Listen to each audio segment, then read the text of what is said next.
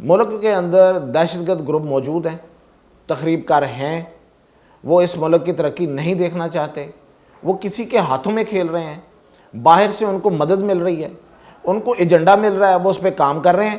2024 کے الیکشن کے بعد جو سیٹ اپ بنا اس کو بھی مسائل کا سامنا ہے، چیلنجز درپیش، کیونکہ ایک جماعت ہے کہ وہ چاہتی ہے کہ یہ سسٹم چلا جائے۔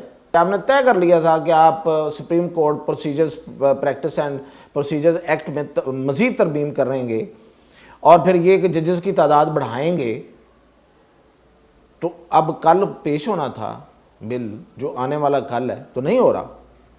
وجہ کیا ہے؟ اختلاف، تحفظات، اور اس کے پیچھے وجہ کیا ہے؟ Point scoring, nothing else. وہ کون سے پولیٹیکل ایلیمنٹس ہیں جو صرف اور صرف اپنی آپ کو دکھانے کے لیے کہ ہم بہت ڈیموکریٹ ہیں؟ بھئی ڈیموکریسی بہت ضروری ہے، لیکن ڈیموکریٹک لوگوں کے ساتھ ڈیموکریسی ہوتی ہے۔ جو آپ کو آگے سے ڈیموکریٹک بیہیویئر دیتا ہے اس کے ساتھ آپ ڈیموکریٹکلی پیش آتے ہیں۔ تخریب کار کے ساتھ کون سی ڈیموکریسی ہے؟ اس کا جواب ہے کسی کے پاس؟ ناظرین، آج میں بڑی ہی گمبھیر صورتحال ہے جس پہ بات کر رہا ہوں، وہ یہ ہے کہ ہمارے ملک کو ہنگامی حالات کا سامنا ہے۔ اگر یہ کہا جائے کہ وار لائک سچویشن ہے تو بالکل یہ غلط نہیں ہے۔ تو اس میں ہو کیا رہا ہے اور کس چیز کی ضرورت ہے، اس پہ آج بات کرتے ہیں۔ بینگ پاکستانی، میں اس بات پہ پریشان ہوں، اور بہت سے لوگ پریشان ہیں، آپ بھی پریشان ہیں، کہ ہمارے دشمن جو ہمارے بارے میں دنیا میں بات کرتے تھے، اب وہ ہمارے دوست بھی کر رہے ہیں۔ یعنی امریکہ ہمیں کہتا تھا کہ آپ کے ملک کے اندر دہشت گردی ہے، انڈیا کہتا تھا کہ یہ دہشت گرد یہاں سے آتے ہیں، تو اب چائنا بھی اس پہ بہت زیادہ تحفظات کا اپنا نہ صرف اظہار بلکہ پبلک کر چکا ہے۔ اس کی بھی کوئی ایک خاص وجہ ہے کہ یہ پبلک کیوں ہوئے۔ کبھی چائنا پبلک نہیں ہوا، کبھی اس نے پبلکلی ہمیں کبھی اس طرح سے نہیں وارن کیا جس طرح اس نے اب کیا ہے۔ تو اس کی بھی ہماری ظاہر ہے کہ ہماری ہی کوئی غلطی ہے نا۔ تو جو اصل بات ہے وہ تو ہے ہی ہے، اس کی طرف کیسے جانا ہے اس پہ بات کرتا ہوں، لیکن اور اندرونی طور پہ ہم انتشار کا شکار ہیں، ہم دور انتشار سے گزر رہے ہیں۔ تو اصل میں ہو کیا رہا ہے وہ بتاتا ہوں آپ کو۔ دیکھیں، ملک کے اندر دہشت گرد گروپ موجود ہیں، تخریب کار ہیں، وہ اس ملک کی ترقی نہیں دیکھنا چاہتے، وہ کسی کے ہاتھوں میں کھیل رہے ہیں، باہر سے ان کو مدد مل رہی ہے، ان کو ایجنڈا مل رہا ہے، وہ اس پہ کام کر رہے ہیں، کلیئر، سب کو پتہ ہے، کوئی آج کی بات ہے۔ دوسری بات، ملک کے اندر اس وقت جو ایک 2024 کے الیکشن کے بعد جو سیٹ اپ بنا اس کو بھی مسائل کا سامنا ہے، چیلنجز درپیش، کیونکہ ایک جماعت ہے کہ وہ چاہتی ہے کہ یہ سسٹم چلا جائے، تو کیا حل ہے؟ اب اس کی طرف آتے ہیں۔ دیکھیں، جو اس وقت جماعتیں بیٹھی ہوئی ہیں 2024 کے الیکشن کے بعد حکومت میں، یا تو وہ یہ کہیں کہ ہم حکومت نہیں کرتے، ریزائن کریں، گھروں کو جائیں، الیکشن ہوں، پھر عوام فیصلہ کریں اور وہ جو بھی حکومت آئے وہ بن جائے۔ ایک تو حال یہ ہے۔ اب یہ افورڈیبل ہے یا نہیں ہے، اس پہ ایک عرصے سے بات ہو رہی ہے۔ تو فوری طور پہ پاکستان کے لیے ہماری معاشی جو حالات ہیں اس میں یہ افورڈیبل نہیں ہے۔ اچھا، اب اس سیٹ اپ کو چلنا ہے تو چیلنج تو ہے آپ کو۔ ایک سیاسی جماعت ہے، وہ ہر صورت ڈسٹیبلائز کرنا چاہ رہی ہے پولیٹیکلی۔ میں ملک کی ڈی اسٹیبلائزیشن کی طرف بعد میں آؤں گا۔ پولیٹیکلی تو وہ کر رہی ہے اور کرنا چاہ رہی ہے۔ تو آپ کیا بیچتے ہیں؟ آپ کے ہاں کیا ہے بھائی؟ آپ کس چیز کی پولیٹیکل لیڈرشپ ہیں، اور کون سی پولیٹیکل پارٹیز ہیں جو اس کو ہینڈل نہیں کر پا رہی؟ آپس میں اتفاق نہیں ہے، اس کی سب سے بڑی خبر میں آج آپ کو دوں کہ جو مطلب یہ ہونا چاہیے نہیں ہونا چاہیے، یہ بحث بات کی آپ کرنے جا رہے تھے، آپ نے طے کر لیا تھا کہ آپ supreme court procedures practice and procedures act میں مزید ترمیم کریں گے، اور پھر یہ کہ ججز کی تعداد بڑھائیں گے، تو اب کل پیش ہونا تھا بل جو آنے والا کل ہے تو نہیں ہو رہا۔ وجہ کیا ہے؟ اختلاف، تحفظات، اور اس کے پیچھے وجہ کیا ہے؟ پوائنٹ سکورنگ، نتھنگ ایلس، کہہ رہا ہوں دعوے کے ساتھ، نتھنگ ایلس، پوائنٹ سکورنگ۔ یہی کام یہ مہینے بعد یا 10 دن بعد کرتے ہوئے نظر آئیں گے، لیکن ایک ملک کے اندر کیفیت ہے، اس کیفیت کو بڑھاوا دینا لازمی ہے کیا؟ اور ہر بات پہ اختلاف، کوئی منہ بسورے ادھر، کوئی منہ بسورے ادھر۔ تو یہ جو حکومت میں شامل جماعتیں ہیں یہ ہوش کے ناخن نہیں لے رہی۔ اب آگے چلتے ہیں۔ آپریشن عزم استحکام کا اعلان ہوا، فنڈنگ ہو گئی، اپروول ہو گئی، تو اس آپریشن کو آپریشن کی شکل نہ دینے والا کون ہے؟ اس میں رکھنے ڈالنے والا کون ہے؟ اس میں کمپرومائزز کرنے والا کون ہے؟ اور کیوں کیا جا رہا ہے؟ دیکھیں، جب آپ کو آپ کے ہاں آپ کے اندر آپ کو پتہ ہے تخریب کار بیٹھے ہوئے ہیں، ایجنڈے کے تحت ہیں، ہر چیز ان کے پاس ہے، تو پھر آپ ان کو کچلنا نہیں چاہتے، تو اس کے علاوہ کیا حل ہے؟ بات چیت۔ تخریب کار کے ساتھ بات چیت کیسے ہو سکتی ہے؟ اور کیا وہ تخریب کاری سے باز آ جائے گا؟ کیسے امید ہے آپ کو؟ ماضی میں کوئی ایسی مثال ہے؟ کوئی مثال نہیں ہے۔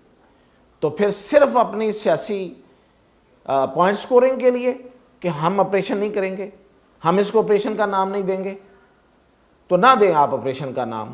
یہ جو چائنا نے، ابھی چائنا کے سفیر نے جو سر عام کہا ہے، تو اسی لیے کہا ہے، وزارت داخلہ تو تیار تھی اس آپریشن کو کرنے کے لیے۔ تو پھر وہ کون سے پولیٹیکل ایلیمنٹس ہیں جو صرف اور صرف اپنی آپ کو دکھانے کے لیے کہ ہم بہت ڈیموکریٹ ہیں؟ بھائی ڈیموکریسی بہت ضروری ہے، لیکن ڈیموکریٹک لوگوں کے ساتھ ڈیموکریسی ہوتی ہے۔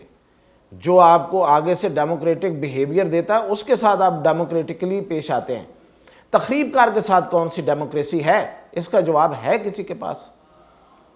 بلوچستان میں ہم آپریشن نہیں کرنا چاہتے، اس کو آپریشن کا نام نہیں دینا چاہتے، بھائی تو نہ دینا۔ تو پھر وہ حملے تو آپ کے ہو رہے ہیں، حملے رک گئے ہیں کیا؟ کوئی رکنے کا کوئی آپ نے چلے کوئی اس کا کوئی ڈائلاگ شروع کیا؟ کس لیول پہ کیا؟ کچھ بھی نہیں کیا، تو حملے تو جاری ہیں۔ اور اسحاق ڈار صاحب کو کیا ضرورت تھی یہ اس بات کی بڑک مارنا کہ جناب پورا چین جو ہے، یہی ہوا ہے نا کہ ایک تقریب میں اسلام آباد میں اسحاق ڈار صاحب نے فرما دیا کہ جی چین پوری دنیا میں اپنے کسی بھی بندے کی سیکورٹی کے حوالے سے بہت زیادہ سینسٹیو ہے، اور جہاں کہیں ان کے لوگوں کی زندگیوں کو مسئلہ ہوتا ہے وہ وہاں پہ ان کے ساتھ وہ اپنی چیزیں منقطع کر لیتے ہیں اپنے معاملات کو، لیکن ہم ہیں ایک کہ ہمارے ساتھ نہیں وہ کر رہے، بے شک جتنے مرضی بندے یہاں پہ ان کے نشانہ بن رہے۔ کیا ضرورت ہے اس بات کو پبلکلی آپ ڈسکس کر رہے ہیں جو کہ آپ کی سیکیورٹی کے معاملات ہیں؟ تو اس کے جواب میں پھر کیا چینی سفیر کہتے ہیں کہ یس بندے اور مارے، کوئی مسئلہ نہیں ہے، ہم مرنے کو تیار ہیں، یہ کہتے۔ انہوں نے پھر پبلکلی وہی بات کر دی جو اصل میں اندر ہے، اور جو اصل میں اندر ہوتی ہیں وہ بہت سی باتیں ہوتی ہیں، ان کو پبلک کرنے سے نقصان ہوتا ہے۔ یہ ہو گیا، اب وہ چیز جو ہے وہ پبلک ہو گئی، تو پھر آپ نے ایک ڈیمارش دے دیا، جب آپ نے ڈیمارش دے دیا اس کی خبر چلی تو پھر اس پہ جی آپ خبر نہ چلائیں۔ تو میسج تو ہر جگہ پہنچ چکا ہے، خبر چلنے سے کیا ہوتا ہے، رکنے سے کیا ہوتا ہے؟ آپ کا دشمن خوش ہے، اس لیے خوش ہے کہ جو وہ کہتا تھا وہی بات آپ کا جو سب سے گہرا دوست ہے، جس کو آپ سمندر سے گہری دوستی کہتے ہیں اور ہمالیہ سے اوپر اونچی دوستی کہتے ہیں، وہ کہہ رہا ہے آج۔ تو یہ سیاسی جماعتوں کو ہوش کے ناخن لینے ہیں، اور یہ اس کے علاوہ کوئی چارہ نہیں ہے کہ ایک نیشنل سیکیورٹی کونسل بنائی جائے اور اس میں ہماری سیکیورٹی کے جو ٹاپ براس ہے وہ بیٹھے، اور جو ہماری جو قومی قیادت ہے اس کو بٹھایا جائے بشمول پی ٹی آئی، اور واضح کیا جائے پکچر کو، اور دو ٹوک پیغام ہو کہ یہ نو گو ایریاز ہیں، یہ ریڈ لائنز ہیں، اور اس میں اگر کسی نے سیاست کرنے کی کوشش کی تو وہ پھر سیاست کرے، اس کو بھی پھر اسی طرح ٹریٹ کیا جائے جس طرح تخریب کاروں کے ساتھ ٹریٹ کیا جاتا ہے۔ اور اگر یہ اس لعنت کو، جو دہشت گردی اور تخریب کاری ہے، اس کو ہم نہ کنٹرول کر سکے تو نو اور نیور کا والا معاملہ ہے، اب نہیں ہے تو پھر کبھی نہیں ہوگا، پھر کوئی نہیں آئے گا آپ کی طرف۔ جو ابھی آپ عربوں کی طرف پھر رہے ہیں، سعودی عرب یا قطر، وہ بھی نہیں آئیں گے، وہ کوئی لوہے کے نہیں بنے ہوئے کہ وہ یہاں آئیں اور وہ آپ کے تخریب کاروں کے ہاتھوں نشانہ بنے اور ان کا سرمایہ بھی جائے اور لوگوں کی جانیں بھی جائیں۔ تو یہ فیصلہ لینے کی ضرورت ہے، اور یہی لاسٹ آپشن ہے، اور یہ سیاستدانوں کو اس پہ یا تو وہ آ جائیں یا ان کو لایا جائے، اس کے علاوہ کوئی حل نہیں ہے۔ اور میں آخر میں جوڈیشری کے حوالے سے ایک بات کروں گا۔ بہت سے لوگ بات کرتے ہیں، لیکن بات کرتے رہنا چاہیے، کہیں اثر ہو یا نہ ہو، کہ جسٹس میاں گل اورنگزیب نے جو پرسوں ایک لوئر جوڈیشری کے ایک جج کے بارے میں جس طرح کی زبان استعمال کی تھی، اس کو ہر بندے نے کنڈیم کیا، میرے سمیت۔ میری کوئی بات سنی گئی یا نہیں سنی گئی، لیکن بہت سی باتیں ان کے کانوں تک پہنچ گئیں، اور آج انہوں نے اس پہ معذرت کر لی۔ تو میرا شروع سے ایک موقف رہا ہے، وہ یہ ہے کہ جج جو ہے وہ جج ہوتا ہے، وہ بڑا ہمبل ہوتا ہے، اس پہ بہت بھاری ذمہ داری ہوتی ہے، وہ کوئی مذہب سے تعلق رکھتا ہو یا نہ رکھتا ہو، کوئی ایتھیسٹ ہو، تب آپ نے انصاف کرنا ہے۔ تو انصاف کرنے والا بندہ جو ہے نا، اگر اس کی گردن میں سریا ہو تو وہ انصاف کر ہی نہیں سکتا۔ تو یہ سریے نکال دیں خود ہی سب، جج بنے، لارڈس نہ بنے، اور جو لارڈس بنیں گے ان کو پھر جو آل مائٹی لارڈ ہے نا وہ دیکھے گا۔ تاریخ گواہ ہے کہ لوگ جج بننے سے گھبراتے تھے، انکار کرتے تھے، تشدد سہتے تھے، اور اس تشدد کو سہتے سہتے وہ جانے دے گئے کہ میں جج نہیں بنوں گا، اس لیے کہ یہ سب سے مشکل کام ہے اس دنیا میں، اور سب سے پھر بڑا کام بھی ہوا۔ جو سب سے مشکل ہوتا ہے وہی سب سے بڑا کام ہوتا ہے، تو اس کے لیے پھر کم از کم بندے کو وہی ہونا چاہیے جس کی اس کے تقاضا کیا جا رہا ہے۔ اور پھر یہ کہ توہین عدالت صرف سامنے کھڑا بندہ نہیں کر رہا ہوتا، جو کرسی پہ بندہ بیٹھا ہوتا ہے وہ بھی توہین عدالت کرتا ہے۔ یہ دو طرفہ عمل ہے، اس کو سمجھا جانا چاہیے۔ آپ کے پاس یہ جو توہین عدالت کا ہتھیار ہے، اس سے لوگوں کو تڑ مار نہ دیں، اپنے پہ بھی سیدھا کر کے دیکھیں کہ یہی اگر میری طرف آئے، اس لیے کہ توہین عدالت ہے، توہین میاں گل اورنگزیب یا کچھ اور نہیں۔ اگر آپ بھی بول رہے ہیں اس عدالت، اس مقام جس پہ آپ کو بٹھایا ہے آئین اور قانون نے، اور سسٹم نے، اس عدالت اور اس کرسی اور اس مقام کی توہین آپ کر رہے ہوتے ہیں جب آپ لوز ٹاک کرتے ہیں، جب آپ ایسے ریمارکس دیتے ہیں جو آپ کے عہدے کے شایان شان نہیں ہیں، جو آپ کو زیب نہیں دیتے، وہ ماضی میں تھا یا آج ہے یا مستقبل میں ہوگا، سب اس توہین کے مرتکب ہوتے ہیں۔ اور میں گزارش کروں گا اپنی مقننہ سے بھی اور عدلیہ سے بھی کہ اس پہ قانون سازی ہونی چاہیے کہ اگر کوئی جج اپنے عہدے کا لحاظ نہیں کر رہا تو اس پہ توہین لگے، بالکل اس پہ توہین عدالت کا قانون لاگو ہو، آٹومیٹک ہو جائے کہ آپ نے یہ والے جو ریمارکس دیے یا یہ جو آپ نے جو کچھ کہا یا آپ نے جو فیصلے میں کسی کی توہین کی، یہ بیسیکلی آپ نے عدالت کی توہین کی ہے، اس عہدے کی توہین کی ہے، آپ کو یہ سزا سنائی جاتی ہے۔ تب جا کے یہ جوڈیشری اور جوڈیشری ٹھیک ہو تو ملک ٹھیک ہوتا ہے۔ یہ میں نہیں کہہ رہا، یہ چرچل نے کہا تھا۔ تو اس پہ، اور اب سب سے بڑی ڈیمانڈ یہ ہے کہ سپریم سیکیورٹی کونسل بنائی جائے اور اس ملک کے مسائل کا حل جو ہے نا وہ اس کو فوری ایڈریس کیا جائے، ورنہ داستان نہ ہوگی داستان۔ انشاءاللہ کل پھر حاضر ہوگا۔